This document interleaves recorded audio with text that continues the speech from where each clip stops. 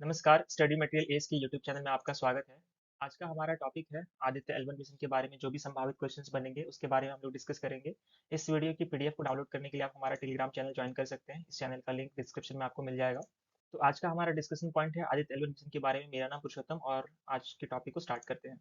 आइए हम लोग समझने की कोशिश करते हैं कि आदित्य एल 1 मिशन है क्या। आदित्य एल 1 मिशन इंडिया का पहला सोलर मिशन है जिसका मेन काम है सन और अर्थ के बीच में स्थित लैग्रेंज पॉइंट 1 यानी कि L1 पॉइंट पे जाके सन में हो रही जो भी एक्टिविटीज होंगी उसके बारे में हमें सिग्नल कर सके, हमें इंफॉर्मेशन दे सके। या टोटल अर्थ से जो L1 पॉइंट की दूरी है या 1.5 मिलियन किलोमीटर्स की दूरी है।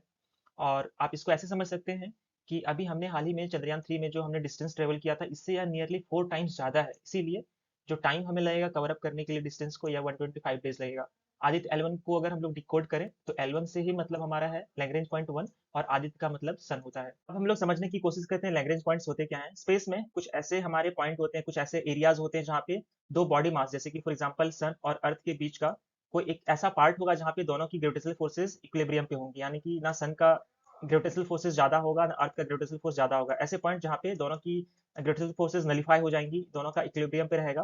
तो ऐसे पॉइंट्स को लैग्रेंज पॉइंट्स कहा गया है। ऐसे पॉइंट्स आइडेंटिफाई टोटल 5 किए गए हैं, जैसे कि L1, L2, L3, L4 और L5।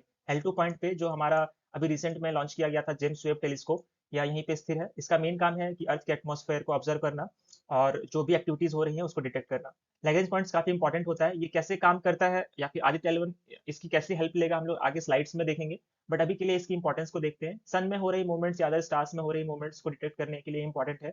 हमारे स्पेस के वेदर को मॉनिटर कर सकता है, अर्थ के साथ कम्युनिकेट कर सकता है। ऐसे पॉइंट्स हैं या जो ऑब्जर्वेटरी मिशंस रहते हैं वहाँ पे हम उनको रिफ्यूलिंग कर सकते हैं, अपनी सर्विसेज को रिपेयर कर सकते हैं, क्योंकि ऐसे क्षेत्र पे ज़्यादा मूवमेंट नहीं होती, स्थिर रहती है। और हम लोग स्टर्ड्स और कॉमेट्स के बारे में इंफॉर्मेशन भी कलेक्ट कर सकते हैं। L1 पॉइंट पे अभी सिर्फ इंडिया ही नहीं, इसके बाद 2025 में यूरोपियन स्पेस एजेंसी भी ट्रेवल करेगी सन के एटमॉस्फेयर को डिटेक्ट करने के लिए। अभी तक टोटल इंडिया के अलावे टोटल 4 कंट्रीज L1 पॉइंट पे जा चुकी हैं। 1978 पे यूनाइटेड स्टेट्स ऑफ अमेरिका, 1995 पे यूएसए, 2004 में जापान और 2018 में चाइना। 2023 में इंडिया फिफ्थ कंट्री बनेगी जो L1 पॉइंट पे अपने स्पेसक्राफ्ट को लेके जाएगी। अब हम लोग L1 पॉइंट के बारे में बात करते हैं। जैसे कि आप देख पा रहे हैं, ये हमारा सन है, ये हमारा अर्थ है, ये मून है। L2 पॉइंट यानी कि जिसके बारे में मैं कह रहा था, यहीं पे हमारा जेम्स वेब का टेलीस्कोप है। हमारा आदित्य L1 स्पेसक्राफ्ट है, यह हमारा L1 पॉइंट पे जाएगा। अब जैसे कि अर्थ सन के राउंड चक्कर लगाती है, राइट। तो L1 पॉइंट ये भी मूव होता रहेगा साथ में, क्योंकि यह एक इक्विलिब्रियम पॉइंट है। तो हमारा अगर जो स्पेसक्राफ्ट L1 पॉइंट पे जाता है तो ये साथ साथ में घूमता रहेगा, लाइक इसको फ्यूलिंग की जरूरत नहीं पड़ेगी, रिफ्यूलिंग की जरूरत नहीं पड़ेगी। ये इस पॉइंट पे लगातार घूमता रहेगा क्योंकि यह एक इक्विलिब्रियम पॉइंट है और ग्रेविटेशनल फोर्सेज यहाँ पे इक्विलिब्रियम पे होती है। तो यह यहाँ पे चक्कर लगाता रहेगा। टोटल यह 1 साल तक चक्कर लगाएगा।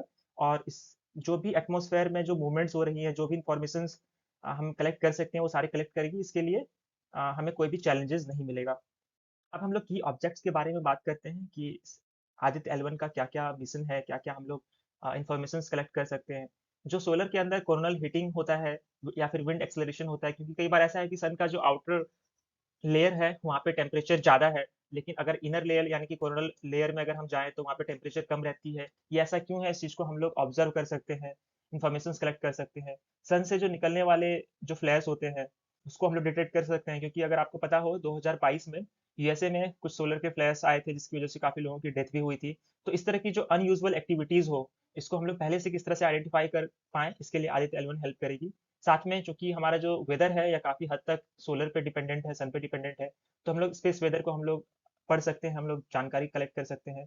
सोलर का जो एटमॉस्फेयर है जैसे कि मैंने बताया, साथ में सोलर विंड डिस्ट्रीब्यूशन किस तरह से है, क्योंकि कई बार ऐसा है कि हम सन से जो भी रेडिएशंस निकलती हैं वो हमारे एटमॉस्फेयर को पेनिट्रेट नहीं कर पाती हैं, और इसकी वजह से हमारे पास बहुत सारी इंफॉर्मेशन हमारे पास अवेलेबल नहीं होती है। इस चीज़ को हम लोग आसानी से जान सकेंगे जब L1 पॉइंट पे हमारा आदित्य L1 मिशन रहेगा। अगर मैं समराइज करना चाहूँ तो आदित्य L1 ना सिर्फ सन को स्टडी करने के लिए एक मिशन है, बट हमारी टेक्नोलॉजी को एडवांसमेंट मिलेगा। हम खुद का फ्यूचर सिक्योर कर सकते हैं, हम बहुत सारी जो सोलर सिस्टम में जो सीक्रेट्स हैं उसको हम लोग रिवील कर सकते हैं, और साथ में हम जो नॉलेज दूसरे कंट्रीज के साथ शेयर करके हम एक बेहतर दुनिया की कल्पना कर सकते हैं। आई थिंक आपको हमारा कंटेंट पसंद आया होगा। अगर आपको इस वीडियो से कुछ भी जानने या सीखने को मिला होगा तो आप हमारे चैनल को सब्सक्राइब कर सकते हैं। अगर आपका कोई फीडबैक हो तो आप कमेंट कर सकते हैं। थैंक यू एवरीवन, तब तक के लिए बने रहें। Take care.